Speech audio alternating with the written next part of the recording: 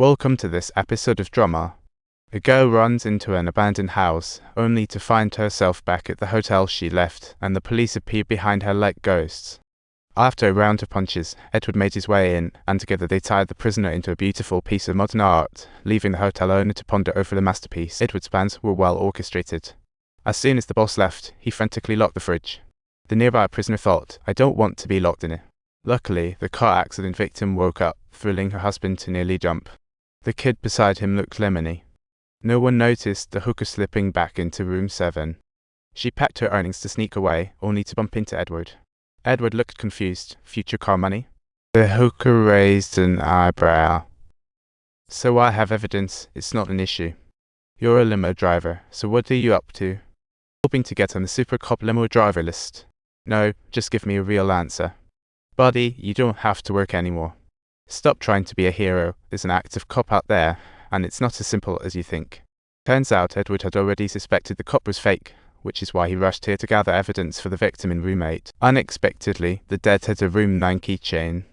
Edward felt he found the killer's numerical pattern, so he called the officer to confirm the 10 on the actress. This could be a countdown. Surely there'll be more murders to come. Edward spotted the owner guarding the prisoner sneaking out. He felt uneasy and hurried back inside to check. He saw a baseball bat cheerfully inserted into the prisoner's mouth, and sure enough, the cop found the keychain for room 8 in the ground. Room 8 is the deceased star's room. The only one with the spare key in the whole hotel is the owner. He's probably the killer. The old owner pulled out the spare key to defend himself, and accidentally dropped an iron box filled with the actress' wallet. This proves he's the real culprit.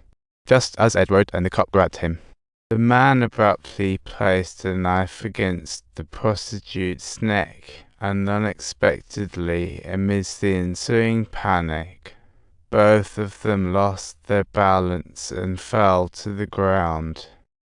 The eager hooker yanked open the fridge door, and to her surprise, a body fell out, stiff as a board. In the confusion, the owner seized the chance to sneak out and tried to drive away, only for a kid to suddenly run into the middle of the road.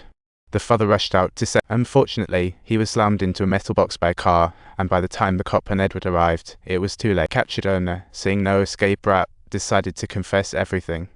"I'm a gambler who lost everything and was chased by my creditors here. When I arrived, the owner was dead, so in the heat, I stuffed the body in the fridge. I planned to leave, but suddenly someone came in to check in, and to my surprise, business started booming.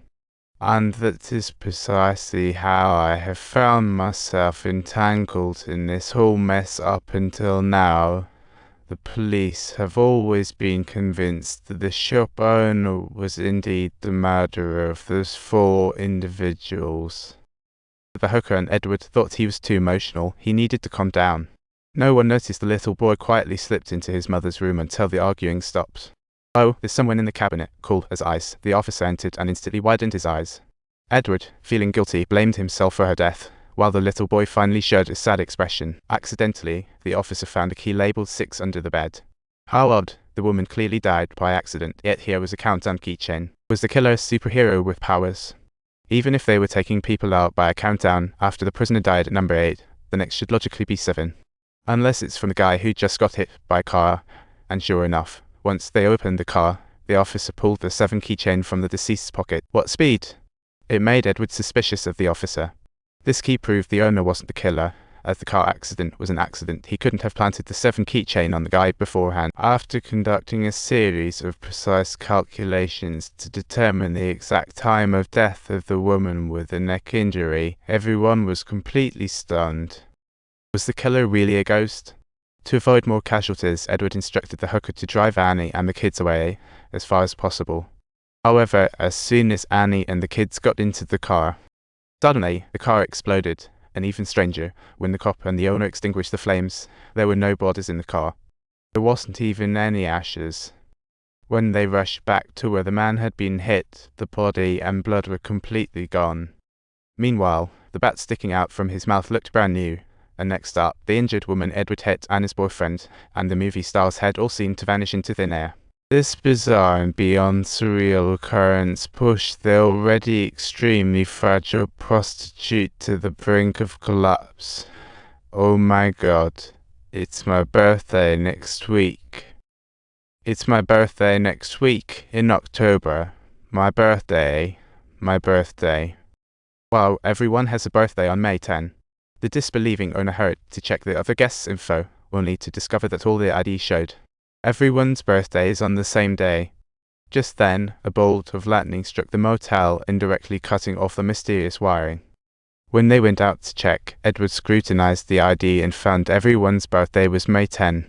This absurdly unlikely probability gave him an instant headache. Voices started echoing in his mind, reciting a rhyme created by the poet Susmeans in 1899.